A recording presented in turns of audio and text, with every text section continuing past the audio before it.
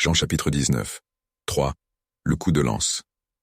Comme c'était la préparation, les Juifs, pour éviter que les corps restent sur la croix durant le sabbat, car ce sabbat était un grand jour, demandèrent à Pilate qu'on leur brisât les jambes, et qu'on les enlevât. Les soldats vinrent donc et brisèrent les jambes du premier, puis de l'autre qui avait été crucifié avec lui. Venus à Jésus, quand ils virent qu'il était déjà mort, ils ne lui brisèrent pas les jambes, mais l'un des soldats, de sa lance, lui perça le côté et il sortit aussitôt du sang et de l'eau. Celui qui a vu rend témoignage. Son témoignage est véritable, et celui-là sait qu'il dit vrai, pour que vous aussi vous croyiez. Car cela est arrivé afin que l'écriture fût accomplie. Pas un os ne lui sera brisé.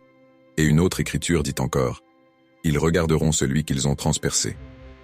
Après ces événements, Joseph d'Arimathie, qui était disciple de Jésus, mais en secret par peur des Juifs, demanda à Pilate de pouvoir enlever le corps de Jésus.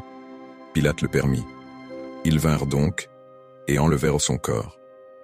Nicodème, celui qui précédemment était venu, de nuit, trouver Jésus, vint aussi, apportant un mélange de myrrhe et d'aloès, d'environ 100 livres.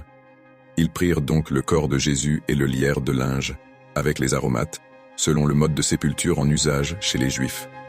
Or il y avait un jardin au lieu où il avait été crucifié, et dans ce jardin un tombeau neuf, dans lequel personne n'avait encore été mis. À cause de la préparation des Juifs, comme le tombeau était proche, c'est là qu'ils déposèrent Jésus.